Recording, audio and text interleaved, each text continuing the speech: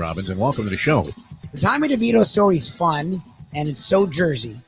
But I'm just waiting for like the other shoe to drop because we've seen that happen so many times. Are you enraptured in the Tommy DeVito story? Look, I'm enraptured by the story. I mean, really, this is sort of like the New Jersey version of Rudy, right? Yes, You know, the kid wasn't even like a great college quarterback, but you know, right place, right time. I mean, everything that can go wrong did go wrong for the Giants, and he's seizing the moment. And you know, the more I hear about the kid is, they really liked him in that locker room. But what clinched it for me was, did you see the attire that his agent was wearing the other day? How great was that outfit? Yes. Looked like he went to the Sopranos set and took something off Stevie Van Zandt, didn't it? Yes. Right. Now, there is no way that guy has to go through a metal detector. No way. The time. Wake up with Defo, joined by Lubie. Welcome to the Defo Show. Very pleasant. Good morning, everybody. Zeroing in on Christmas Eve, Christmas Day here on this fine Tuesday. Jeff DeForest, Mike Lubie with you, and happy to have you with us for this edition of the Defo Show, South Florida Live. And, of course, we have portions of the program on 5 Reasons Sports Network airing there and whatever other platform we can find to air this shit on. We're very happy to do it. It's so funny because we've done this a long time, and I don't remember ever getting to this. Like, I know other people in other industries get to this point and they're like, okay, it's the holidays. Like, we have fun when we do. So I never felt like, okay, can the holidays just get here? But I'm not going to lie. Like, for some reason, I guess we're doing a lot of stuff now. Yeah. But I'm ready. Like, I'm driving in a wire, yeah. I'm so ready to just... You would think that, you know, this would constitute semi-retirement for me. Yeah. Yet at the same time, I'm probably working way more. working more, losing more sleep, still getting up at an ugly hour of the morning, no matter what. And desperate for a couple of days off, which we're going to take advantage of. Yeah. What are we going to do? We're going to be off like Saturday, Sunday, Monday, Tuesday. Yeah, with this thing, and I'm a Friday as well. And, Friday too. Okay, very good. So All right. That makes sense. Well. I mean, we'll do a degenerate Friday unless you don't want to, just because. No, that's all right. You know what? Let's take it up because I need the break after the last couple of days. Oh, okay. We can take Friday. Yeah, that's fine with me. Yeah, that would be great. That's good. Yeah. That would be great. Okay, look, I love what we do. It's just funny. Like, I never feel like this. I'm usually like, whatever, the holidays, it's fine. Now I'm like, holidays. Oh, I always look forward to it. I mean, especially when we're getting up at an even more hideous hour of the morning. Yeah, that's true. I can't remember. I can't even imagine what it was like. I was wide awake this morning for some reason at 4 a.m. I was awakened at about 1:30. I fell asleep after the ball game last night. So slept about an hour and a half. Then I'm wide awake. I can't fall back asleep. And I used to have this little vial of a tincture of THC that was designed to knock you out, but I don't have it. Oh, jeez. And we were just at the store yesterday, the shop, and I started to say to the Mustang as we were about to exit and get back in the car, I said, you know what, maybe we should pick up some of that. And I thought, don't send her back in there. It's a pain in the neck. I have to wait, online now behind 3 other people again. And they're like, well, I'll have one of those flowers. No, the people are just like you're at the deli counter of weed. Crazy. So I said, just skip it. I've been sleeping well. I got a new bed and mattress. Nice. I've been sleeping on this like semi-cot thing for a while. And, so it was great. I mean, I felt pretty good about it. And then, of course, I'm wide awake at like 4 a.m. And I was thinking, if this happened back in the day, which it did many times, I would have to get up and get in the car and drive like a half hour to the studio there and get started at 6 o'clock. So, it seems like a luxury, right? Sleeping at like 6:30 in the morning. I finally, what did I end up doing? I couldn't find, I was going to take like an Advil PM, which knocks me on my ass. Yep. Couldn't find it, though. The Mustang has drugs scattered all over the house here. And we have extra rooms. We're only 2 people in like a 3-bedroom, 3-bath house. Yeah. So I don't know where the stash is. And I figured, okay, this is probably not a good idea, but I ended up taking a swig of some NyQuil. Nice. Good for you. But I'm not sick. That's fine. I don't think it makes you sick. That did knock me out eventually. Nice. I slept right to the buzzer. The alarm went off, and I was like, holy shit, man, it's time to get up and go to work. I get up, and none of my computers are working, so I wasn't able to put anything together. But I don't need to. because we do have John Congemi here with the Pigskin Playbook, moved from the usual Monday time. And that's going to be a lot of fun. We'll get because the NFL definitely took some shape, and yet as much form as has been exhibited now through 14 weeks of the regular season, we have no idea what the hell's going to happen. It's so wide Did open. you finish the end of that game? Like I did, yes. felt Yeah. okay. I watched it till around half because I felt the Eagles were taking control. They controlled the game throughout for the most part. A 92-yard drive inside of the final 2 minutes, orchestrated and engineered by Drew Lock. How does anyone question the Dolphins? And it's fine. I'm not saying the Dolphins are a juggernaut, but aren't they all the same outside of the Niners? Like, aren't they all doing the same thing? Like, what was that? Oh, what an incredible collapse, man. The entire city of Philadelphia is, immersed in the stench of Cheese Whiz this morning. They have to be beside themselves. I don't know that you've seen. I mean, look, obviously this was a much larger and encompassed a lot more in terms of elements and disastrous results. Yet you lose one football game. They have the Giants on the schedule next week, which you would imagine they would be ready to wipe the floor with. Having lost 3 in a row, very similar to the San Francisco 49ers, although the 49ers bounced back in a resounding fashion. And it doesn't appear that the Eagles are in that kind of condition. No. Best thing that's going for them is a lousy opponent coming up. If they were playing any credible opponent, there was all the talk about Jalen Hurts being sick, and he flew out on a separate plane so he wouldn't infect any of his other teammates. That was very noble of him. He comes out and you had all the talk was there, right? It was kind of like some trainer that sandbags you about a horse, and you ask the guy and you say, hey, you think your horse can run? No, this horse has no chance. I mean, next stop is the glue factory.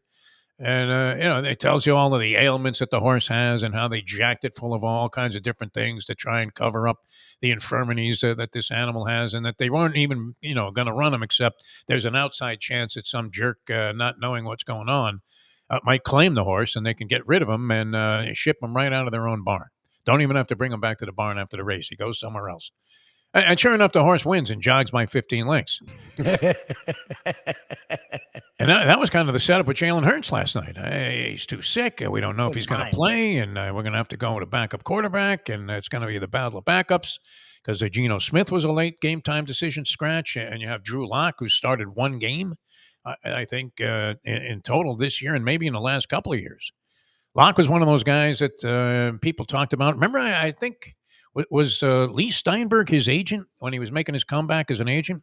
I don't know. Did he have Drew Lock? And then, fortunately for him, he also landed Patrick Mahomes.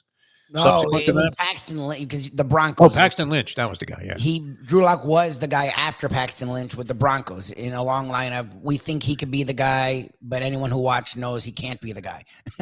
I knew there was a connection there of some sort. Yeah. Paxton Lynch. Yep. Paxton Lynch, yeah. We were getting sold a bill of goods about Paxton Lynch from Lee Steinberg, who was happy. I mean, that was a great story. He was, after years of alcohol abuse, he had found a path to sobriety and brought himself back into a career that, I mean, he was the guy. They based Jerry Maguire on him, not Drew Rosenhaus, as Rosenhaus claims. No, it was clearly Lee Steinberg. And you thought, all right, you're going to sell us Paxton Lynch. What was Paxton Lynch, like a late first-round draft pick? He was a first-round pick, and people were high on him. It's just funny looking back, because I thought about this the other day, because I remember they were trying to sell us Patrick Mahomes. Yes. But he was going around Radio Row, and he was rising up the boards. I remember them like, I promise you, he's rising. And I had heard of him. He was at Texas Tech, but he was like this dude that didn't do much at Texas Tech. He put up big numbers, but it was Texas Tech. And they only had time later afternoon. And we're like, yeah, we're flying out. We can't do it, whatever. And I remember that rookie year going, dang. That's Patrick Mahomes. Yeah, totally sandbagged and buffaloed by that's for sure. But here comes this hideous alarm. It's a technical nightmare for me here today, as everything has gone haywire here. Let me shut this thing off here. I think that's just a signal of the fact that John Congemi is going to be joining us here. He should be joining us shortly. There you go. I'm waiting to hear from him. Can't turn this thing off. Unbelievable. Nah. It's going to go off again, I'm afraid. Anyway, so this was a disaster. I mean, it reminded me of the 64 Phillies collapsing. I don't know that the city has been in this much despair. Three in a row. I know it's regular season. The Eagles, you would have to think, are likely destined to be a wild card team. Are they as Oh good as the yeah, the Dallas Cowboys. Cowboys, who are just coming off? Well, would you rather have lost a game in that fashion or get shellacked like the Cowboys did against the Buffalo Bills team? Because this was not a great Seattle team. Very difficult place to play. They have the 12th man. They brought out Golden Tate to raise the flag Okay. as the 12th man. That's one of the things they do. In fact, I Man. remember, I think it was a few years ago, and the man unfortunately checked out. But my friend Al Poliak, who owns and runs the Funky Biscuit in Boca Raton, his uncle was like the 90-year-old 12th man in Yep. Seattle, which is a big deal. And it has to give them a serious edge. Not only do you have to schlep all the way to a city that you would never want to spend any time in. People love it that live out there. Didn't Buzz Bissinger say that Seattle is a great place to live? He lives on the outskirts, the famous author. But really, Lubie, do you really want to move to a city where it rains every fucking day? No. I don't think so. Not exactly my game. And then, when a city's only known for like somebody throwing a fish at a camera at a fish market. I love that they made Steve Largent catch it. Of all the catches he made. Speaking of catches, though, I mean, Seattle looked like Steve Largent. Remember he was talking about how he looks for the point of the ball? Yes. That was one of his techniques. Did you see this catch by, what is it, Smith and the Jigma or something? Yeah, Jackson Smith and Jigba, former Ohio State great. Yes. Yeah. What a catch this guy makes on a throw from Drew Lock that looks like it was destined to be incomplete. God. And 92 yards. So I was laying 3 points, as we recommended yesterday on one of our shows, with the Philadelphia Eagles. Oh, Jesus. Laying 3 points. Now, personally, I would have stayed out of that game. Very tough to bet against the Seattle Seahawks in Seattle. Yeah. Philadelphia hadn't been playing well. They had just gotten blasted in 2 games in succession by 2 what appeared to be very good teams. One we know is very good, the San Francisco 49ers. One we're less sure of, less confident in because of the disparity in the way the Cowboys play home and away. They're 3-4 away from home. They average, I think, double digits in terms of less points on the road. And they haven't been as effective. And they've lost to some teams that you would have to say make them highly suspect as championship caliber material. At home, dynamite, just blowing people off the face of the planet. Yep. And, and making you think that a couple of weeks ago you would have said, Dallas, wow, I mean, they're right up there. What with the San Francisco 49ers? The Eagles have appeared vulnerable all year. But this was a disgrace. This was an embarrassment. You're feeling so good about yourself. You're up, even though they hadn't scored since early in the third quarter, about midway through the third quarter. The Eagles got the ball back after Seattle had answered back. They were down 10-3 Seattle at halftime. They come right down the field and score on their opening drive and looked like they were getting things together. Eagles come right back. And I remember thinking, believe it or not, Louis, I made a mental note about this. But the Eagles that was representative of what good teams, winning teams, championship teams can do. Where and this is a big Mike McDaniel thing about facing adversity, where the other team comes out, has it all together, they march down the field, they tie up the game, and you come right back and answer back. Yep. And they do with an excellent, well executed drive. They go up 17-10, and then they have other opportunities to score. Hurts throws an interception in the end zone, although it was on a long pass, but still, ball picked off on what was easily a potential field goal scoring drive and possibly a touchdown drive. They're deep in the Seahawks territory, and he throws the ball up for grabs, and sure enough, a Seahawk grabbed it. But still, I mean, the defense, what was dominating in this game, they had blanketed Metcalf, and he was doing nothing. Nothing in the ball game, and they kept alluding to, the announcers did, that he had like 1 catch for 3 yards, and what a great job they were doing of making this man disappear. They erased him completely from the Seattle Seahawks offense, only to have him make 2 of the more spectacular catches you will ever see. That's the other thing that beat the Eagles last night.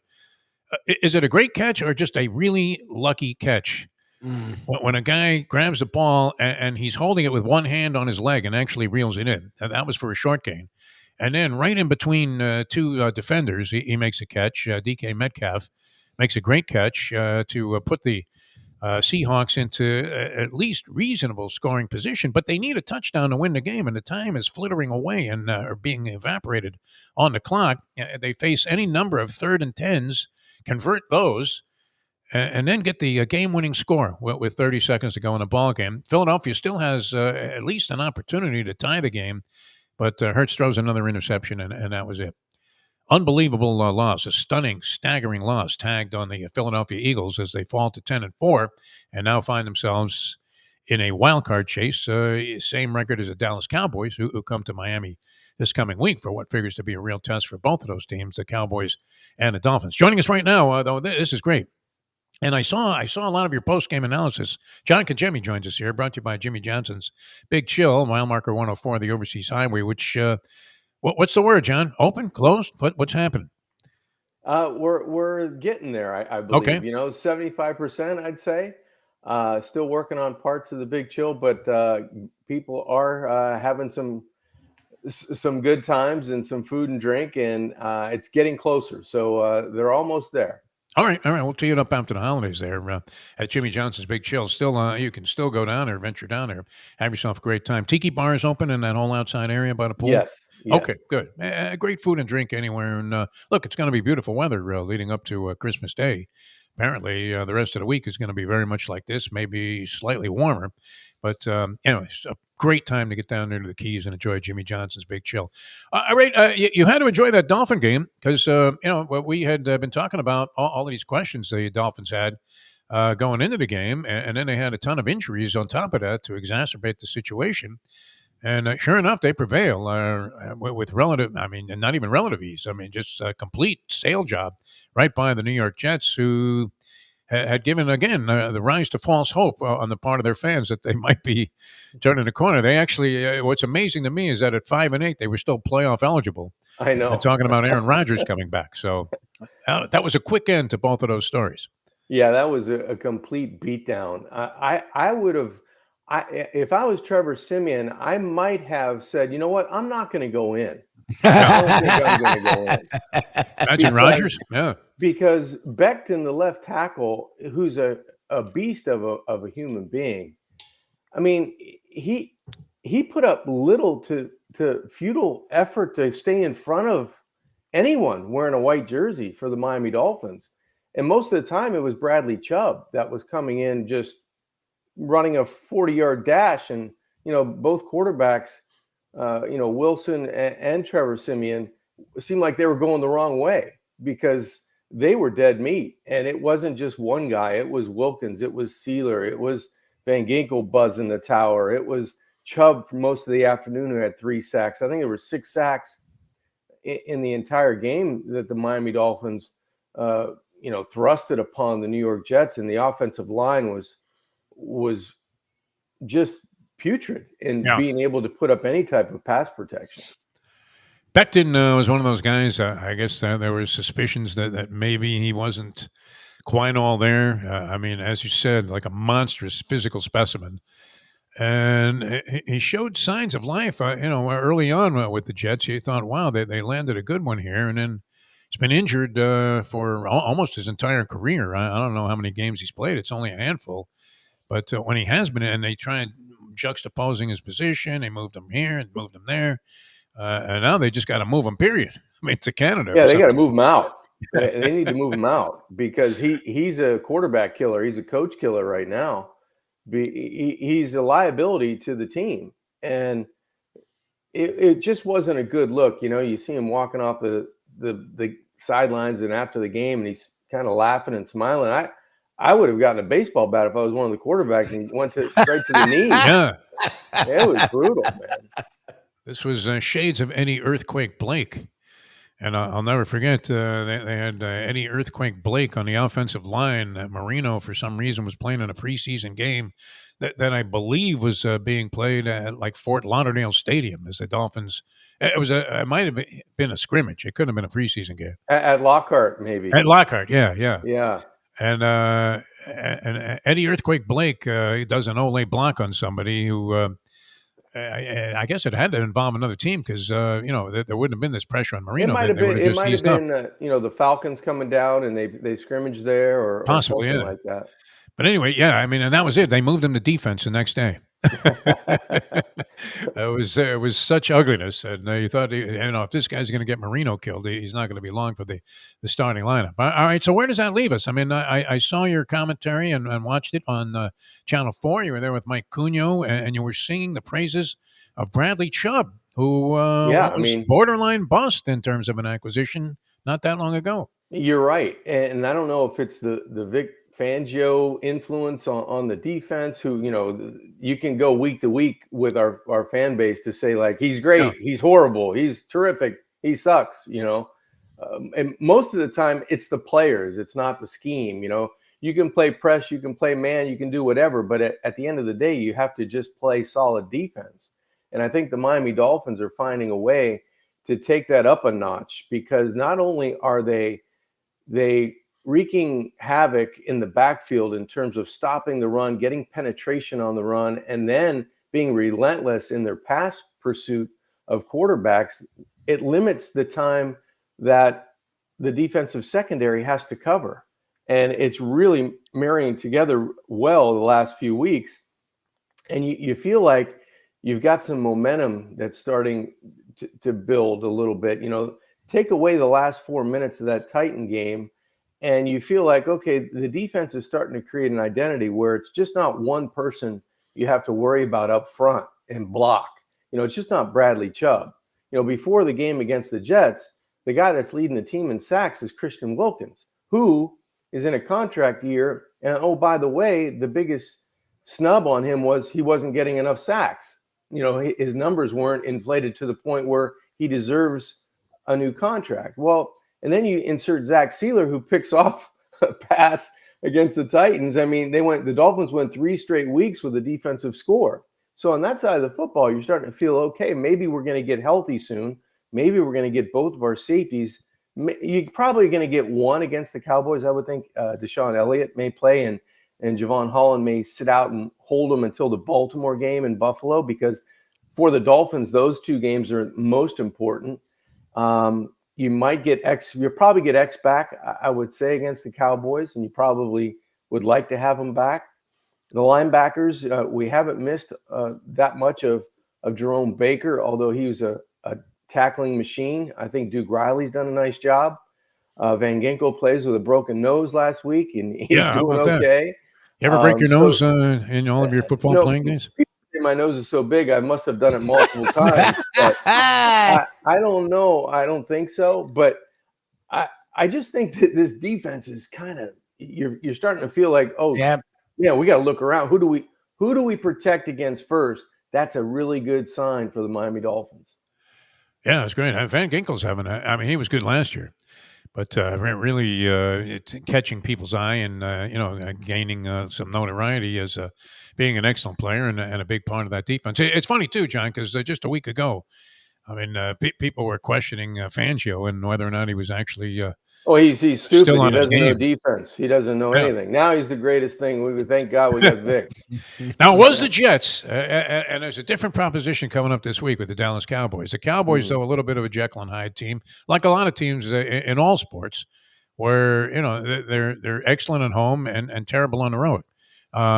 Cowboys aren't terrible on the road; they're 3-4, right? But nonetheless, not nearly as good. If you look at the numerology, we were talking about that before you came on. It's the points. I thought I saw a graphic. It's the points that they score. Yeah, they score like 10 or 12 less points a game on the road, and are yielding more points, and losing 4 out of 7 games. So, how do you see this matchup coming up this week? Because we've been waiting for this all season. We thought maybe there was an outside shot. Finns get there at 11-3, and they blow the Tennessee game. We wish we could also excerpt that and exclude those 4 minutes against Tennessee. Yeah. But, they're there, and much like with the Philadelphia Eagles last night, that was a disaster as they gave up. 92 yards away from the end zone. The only thing that can beat you is a touchdown. There's no need to go for a field goal when you're taking into account the point spread there. Pete Carroll isn't kicking a field goal in that spot because he's trailing by 4 points, enough for the Eagle backers to cover on our recommendation. You give up the touchdown. You can't forget about that, unfortunately. Right. That still hangs as a big L in a loss column. So Dallas versus Miami, how do you size that up, John Congemi? I just don't know if – I think it's going to play pretty true to form. I don't know if the Cowboys can get in the 20s at Hard Rock Stadium. They may get 17, but the way you look at the Miami Dolphins and the way they score points at home, that's not going to be enough. That's going to be 14 short. And that's the way I see it, unless The Miami Dolphins, the only weakness right now is the cohesiveness of the offensive line. It's not a weakness. It's just it's you got a Band-Aid on it and you don't want to rip it off because it might not be healed yet. You just want to keep it on there. So the Dolphins want to, let's just keep it going, find a way to keep it going and get to the last 2 games of the season, maybe get Robert Hunt back. Unfortunately, you're not getting Connor Williams back, who was kind of like the center pin of that offensive line. And you just got to cross your fingers with, Teron Armstead. Is he going to play one of the 3 games, 2 of the 3 games, or portions of all 3? You don't know. So I think that would be a glaring weakness, and that would be something of emphasis if the Miami Dolphins depended, if their style of offense was different, which it isn't. I like what Mike McDaniel did against the Jets. He knew he didn't have Tyreek Hill. He knew his offensive line was, we're going to get by. We should beat these guys, but let's not expose ourselves. So let's go east-west a little bit. Quick passes out to the side. I mean, the ball was coming out within a second and a half. They ran the ball when they needed to. And once they were done, tiring out the defense from sideline to sideline, they shot Jalen Waddle up the field on a double move, and it was easy pickings. So I don't know if they can do that against Dallas's defense, even though the Jets have a talented crew on that side.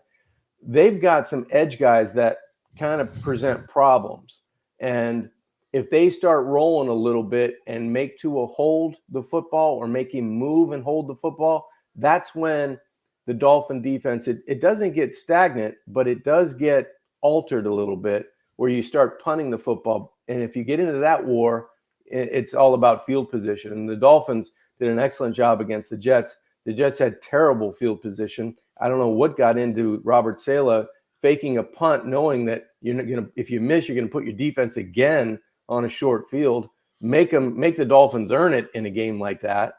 But I think it'll be a game like that against the Cowboys.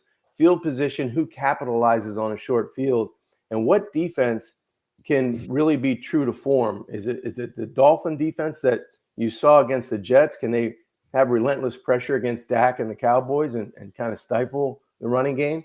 Or is it the Cowboys defense that gets Micah Parsons going and a couple of those other guys on the edge, and their secondary comes up with a loose ball and kind of changes momentum or field position, and they capitalize on a big play? The Ravens somewhat gifted a game against the Jacksonville Jaguars, who made a series of just brutal mistakes, most of which were on Trevor Lawrence's part. The Ravens have a disturbing tendency and trend, speaking of the Tennessee game, to cough up leads late in ball games. They still end up 1 game ahead of the Miami Dolphins at this stage. They have San Francisco on the horizon, so another excellent chance for the Dolphins to get some help, win their game against the Cowboys, and be back in a position to earn the number 1 seed and a bye, which looms as a large possibility if somehow they can win these next 2 ball games. How did you watch that Ravens Jacksonville game on Sunday night? A little bit of it. I did watch a little bit of it. Yes. Well, outside of the fact that I thought that Chris Collinsworth was looking to perform fellatio on Lamar Jackson. I know you've probably been in one of those situations where you constantly were singing the praises of a guy throughout a game who was having a good ball game, but this was a little over the top. It was very suggestive. It looked like he was looking for approval from the Pope or something to make this kind of move, which I guess came down from the Vatican yesterday. It's okay, Chris, go ahead and blow him.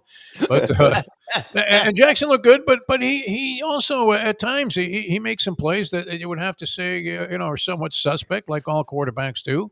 In the NFL today, I mean, some of the chances that you have to take, it is incredible when you see the completions. Even in this drive with Philadelphia last night, Drew Lock throws 3 passes that could have been picked. You're asking yourself, my God, how are those 3 like spectacular catches, one after another? And yet that's what happened on that final drive. So you do have to take some chances in there. But Lamar Jackson now is a centerpiece of MVP considerations.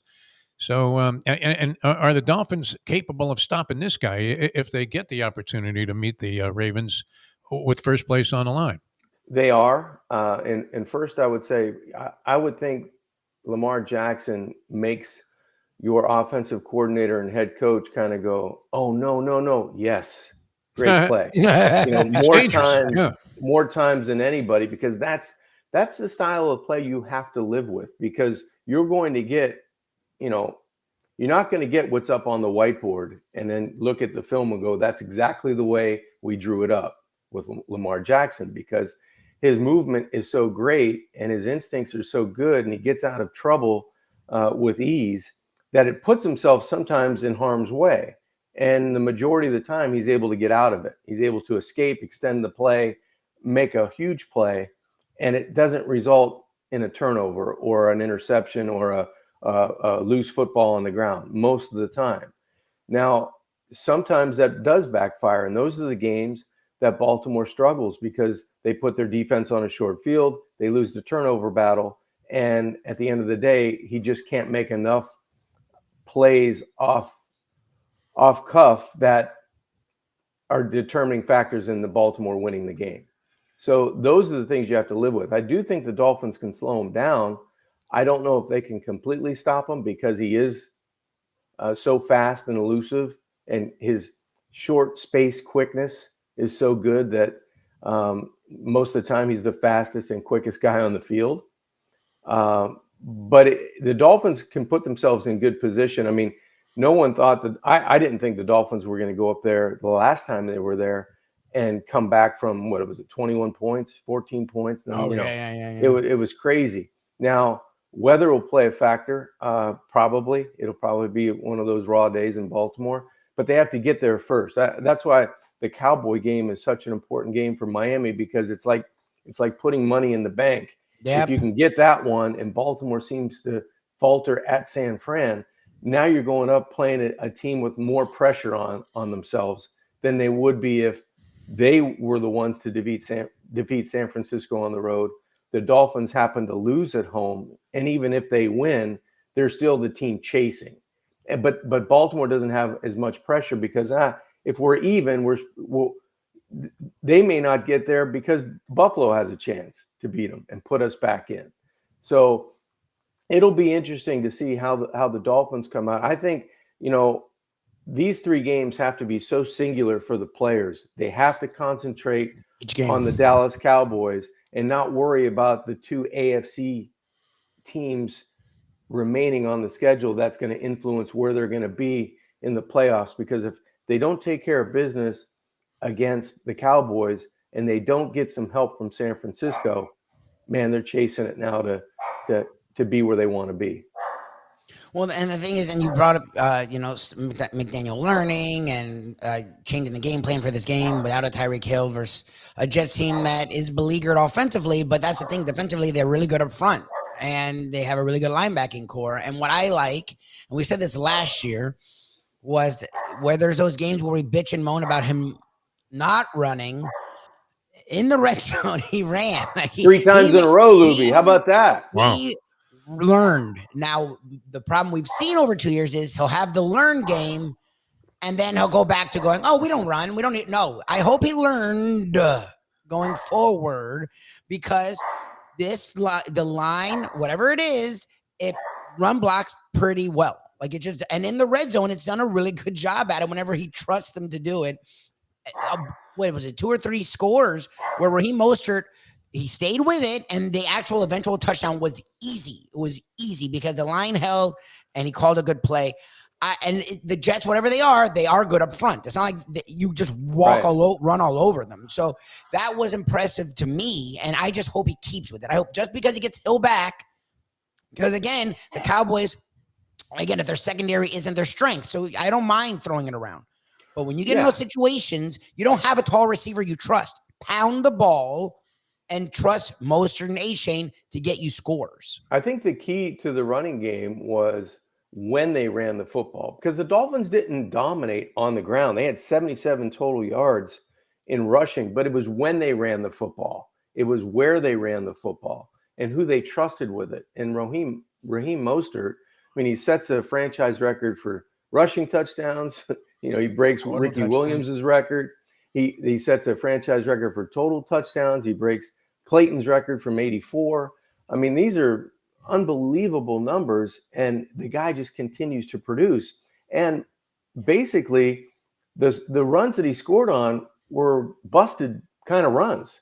You know, they're designed to go one way, and his speed and vision and elusiveness bounces him to the outside where no one's at, because everybody's committed to the run on the inside, and he's able to walk in both times.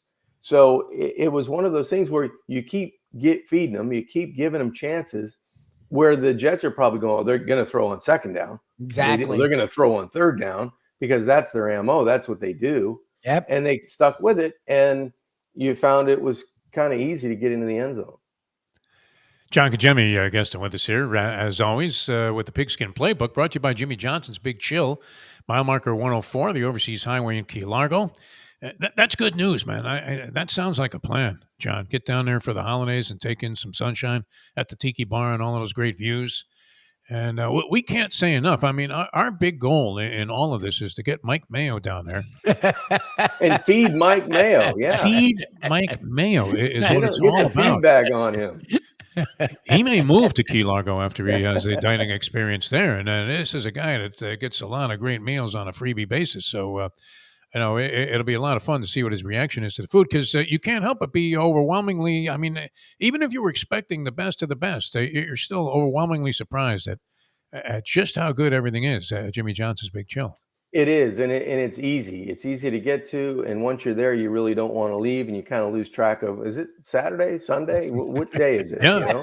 You have a good time. The Tiki Bar is the spot for me, kind of just hang out and order some food and relax and take in those Bayside views and listen to some good music on the weekends. And Monday Night Football, I'm sure, was a little chillier last night out on the deck, but I'm sure that everybody had a good time taking in that game because it came down to the wire. And for Dolphin fans, I mean, it's a great spot to go because you got the sports bar on one side where you got all those TVs, and you can take in an early game and then wait for the Cowboys and Dolphins this Sunday coming up, around 4:25. So it's just a relaxing, great spot to be with excellent food and first-class service. Mayo's calling for the Italian Fisherman Pizza. I don't know Good. if you have the chat line up on your computer there, but and that was a surprise. I didn't think I would ever like a pizza with a fried egg on it, but that breakfast pizza that was good. Was outstanding. Also, I do remember being overwhelmed. I had that for all 3 days that I was down there in the Keys. The Italian Fisherman Pizza, which we ordered on the first day, and even microwaved. It was incredibly good the next couple of days. So that is really a delicacy and a great creative innovation by your brother Dominic, and they do load it up. I mean, it is incredible. You're waiting. It's like, hey, your pizza's coming out. They're waiting for some grouper bites to come right out of the ocean. It's incredible. Jump on this pie. On top, right. sprinkle that on top. All right, Jimmy Johnson's Big Chill. It's mile marker 104, the Overseas Highway in Key Largo. The Pigskin Playbook continues with the great John Congemi in a moment. Now that The time. it's 8:43. Segreto here. Let me ask you a question. What do you look for when you go out to eat? Good food, obviously, friendly atmosphere, not too loud, but good energy, reasonable prices, and a place where you feel comfortable. All those ingredients, no pun meant there, are hard to find unless you're talking about the Texas Roadhouse. You see, they encompass all of those attributes. Really, really good food, amazing atmosphere, good for a family, good for a date, or just a night out for yourself, and prices that will make you extremely happy. Their ribs unmatched. Steaks hand-cut every day. Everything, and I mean everything, is made on site, including their incredible bread. It's the one day, folks, that you can forget about low-carb diets. Trust me when I tell you, Texas Roadhouse, your restaurant, your destination when you say, where should we go and eat tonight? From the newly renovated sports bar to the beautiful Bayside views captured at the Tiki Bar, Jimmy Johnson's Big Chill has it all. Located at mile marker 104, the Big Chill also offers waterfront dining while experiencing breathtaking sunset views of the Florida Keys. It's simply the hottest spot in the Keys to cool off. That's Jimmy Johnson's Big Chill at mile marker 104 in Key Largo. For more information, call today at 305 453-9066. Flying Dolphins with John Congemi, and that's brought to you by Jimmy Johnson's Big Chill in the Keys, and we're looking very much forward to doing some broadcasts there. I think we're going to head down there like once a month during the football season. I have to ask you this, and feel free to, not necessarily spill the beans from a personal standpoint to your good friend Dan Marino. Does he experience, or did he ever experience nightmares about handing the ball off to Kareem Abdul-Jabbar that one year when Jimmy insisted on running the ball on every play?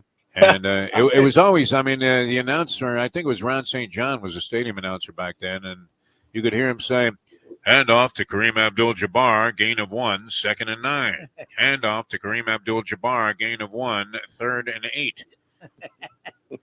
Can he ever talk about that? He's never really talked about that, Defo, but you're right. I think they did have that on loop at whatever the stadium was called at that time. It was 1 yard every time. And it was a generous 1 yard they were giving him statistically. Enjoy your trip to work with lots of laughs thanks to Defo and Lubie. Now on the Defo Show. Welcome back to the show. The Pigskin Playbook underway on the Defo Show. Jeff DeForest, Mike Lubie. It's the great John Congemi with us here on the program as we analyze things that happened both in the NFL and I don't know. Have you dove too deeply? Did you see this result from the bowl game last night? I didn't even know there was a bowl game on. I'd be lying, Defo, if I told you I watched a play of a bowl game so far. Yeah, I had a little interest in the. I think 6 or 7 games on Saturday. I'm not sure. I thought it was 6, and then. I might have missed one, but I missed them all. Didn't have too much of an interest in the early ball games. This one, the matchup, Old Dominion, Western Kentucky, would not exactly qualify as a main event type of attraction. And yet turned out to be just a wild game with a similar conclusion to the Eagles in Seattle, where Old Dominion has a 28-0 lead in the ball game at one point. And they end up, they're up 35-28. Late in the game, with like no time left, and a touchdown pass on a miracle play is accomplished by Western Kentucky. They take it to overtime, and they end up winning in overtime, coming back from 28-0 down. Which my inclination would have been probably to go ahead and bet Old Dominion when they were up 28-0 on the money line. Yeah, right. Yeah, and take a beating there. You have to have some serious guts to foresee that kind of comeback. You're right. And the bowl games, that's what happens and it doesn't really matter the level of bowl game. Nowadays it seems like, well, who's playing? Yes. Who's not playing? And can we field a team that, is competitive? And you have both teams in situations like that, or maybe in this case, more guys played than opted out. So you have a competitive game down to the wire, and what looks like a blowout turns out to be a victory from the team coming from behind. All right. Well, coming up, though, a couple of games where you will have, I would imagine, almost everybody in there, if not everybody, that was eligible to play involving the college football playoffs. So I saw a little line movement. I think Michigan was like a 1.5-point favorite at first. And I thought I saw that number climb to 2.5 against Alabama. Now, we know the world is all rooting for anybody that has even a semblance of an emotional fiber is rooting for Nick Saban to go down in this game in flames. But and then you look at the other sideline, you go, not so fast, my friend. Michigan hasn't overwhelmed me in being impressive this year. They won all of their games, which is something another team did that we don't want to even talk about anymore, which you think would be a qualifying component for them. And it did get Michigan and Washington. But nonetheless, Michigan, Alabama, do you have any kind of a line on that matchup?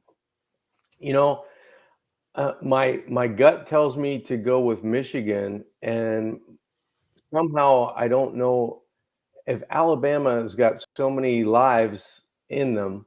They were kicked to the curb after they lost to Texas. They weren't going to be anything. You saw them play in a monsoon against South Florida, and with 2 quarterbacks, they couldn't throw it from one of your pitchers on the wall back there, Defo, to the other one. And all of a sudden, do they look crooked to you, the way they're hanging there? Does that look crooked? Yours are nice and straight, I see in the background. I can't really, I don't know, Defo. It looks like it's on a little slant. I normally don't drink this early in the morning, but they look straight to me. Oh, they do? Okay, good. Yeah, that's great. So, because that was thrown together in a rush. Yeah. I'm thinking that Alabama feels in their gut that they're so lucky to get in, and Nick's going to have them going. I don't know if I trust Michigan. I haven't seen I haven't seen them play against enough caliber. They did the job in the rivalry game against Ohio State, but they haven't faced that many teams that are like Alabama. And Nope. I just don't know. I think that's a perfect line. I think it's under a field goal. And I think that it's going to be a game like that. It's going to not be a high scoring game. It's going to be a game kind of back and forth until one team finds their footing. And then I think the other team's going to find a little hot streak, and then you might get a game in the 20s. But I don't think this is going to be a lights out, kind of look at Michigan, what they've done lately. They've just kind of found to grind it. Yeah. I don't know in that Alabama you can do too. something like that against, you give, it's the old cliche, you give Nick Saban 5 weeks to prepare for anybody. And you would want to have him drawing up your game plan. I don't know if can you really be that one-dimensional against an Alabama team that know has been playing at this kind of level for years now, and you would think that the coaching staff would have the ability to help them decode whatever and diffuse whatever Michigan was going to do in terms of pounding the ball all day. This game might come down to obviously the quarterbacks, but the quarterbacks making a bad decision or a bad play using their athleticism, because both guys can get out of trouble. Both guys can use their legs to move the chains, but it's the one guy that gets out of trouble or a would-be sack or a strip sack and then tries to threaten the football down the field and turns it over and it's going the other way, or tries to throw it across their body over the middle, trying to make a Herculean play, and that ball's going the other way and you get a defensive score. I think this is a type of game that might change on a defensive play led by one of the two athletic quarterbacks trying to make something out of nothing, and both defenses are so good.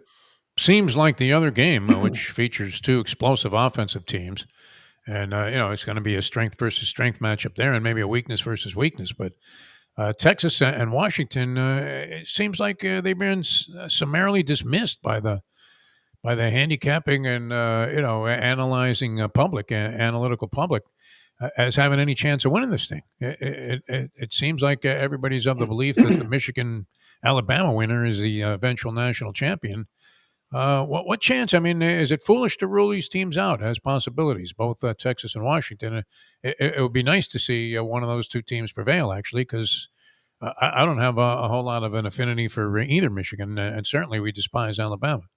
I don't know. I think both of these teams, I think it's going to be the opposite of Michigan, Alabama. I think you're going to have to score 38 points to win this game. Yeah. Right. I don't know what the over-under is. I don't know what the line is. I'm just thinking, watching these two teams. You'll be surprised, but I could probably tell you. I figured you may have that somewhere on your desk. The bowl games, yeah. The over-under championship game is 63 in that ball game. Yes. Yeah. And Texas is laying forward. So I was thinking like a 35, 30, 38, 30. That's about right. Yep. Right on the number. Game, where they're just slinging it, and all of a sudden it's an explosive play after an explosive play and an explosive play, and nobody's playing defense, and whoever has an opportunity to kick a field goal or score in that last drive is going to win. That's where you feel like those two teams kind of play, and they feel comfortable, especially Washington. I think they feel comfortable playing that type of game because they've done it kind of in their big matchups against Oregon all year. That was their two games against a team that could probably match them score for score. And then you feel like that's the way Texas likes to play too. A little bit loose, a little bit gunslinger, and kind of play on the edge. So both of those teams, I think that's going to be an exciting football game. How limited will the announcers be from instructions from upper level brass to not mention Florida State at any time during these broadcasts? I don't know. I was thinking, I was going back to that Florida State game when they won the ACC championship against Louisville, and how many times Joe Tessitore was just downplaying Florida State and just their quarterback sucks. Yeah, I mean, he kept saying that. Yeah, but what a boring game tonight. It's like if you like turnovers, you're gonna like this game. Or if you like 5 first downs in a game, you're gonna like a game. Yeah, he was on the call. But in my mind, I was enjoying watching that type of game I was enjoying watching Florida State find a different way to grind out a win. Yeah, sure. Against a really good team that had played well all year in Louisville.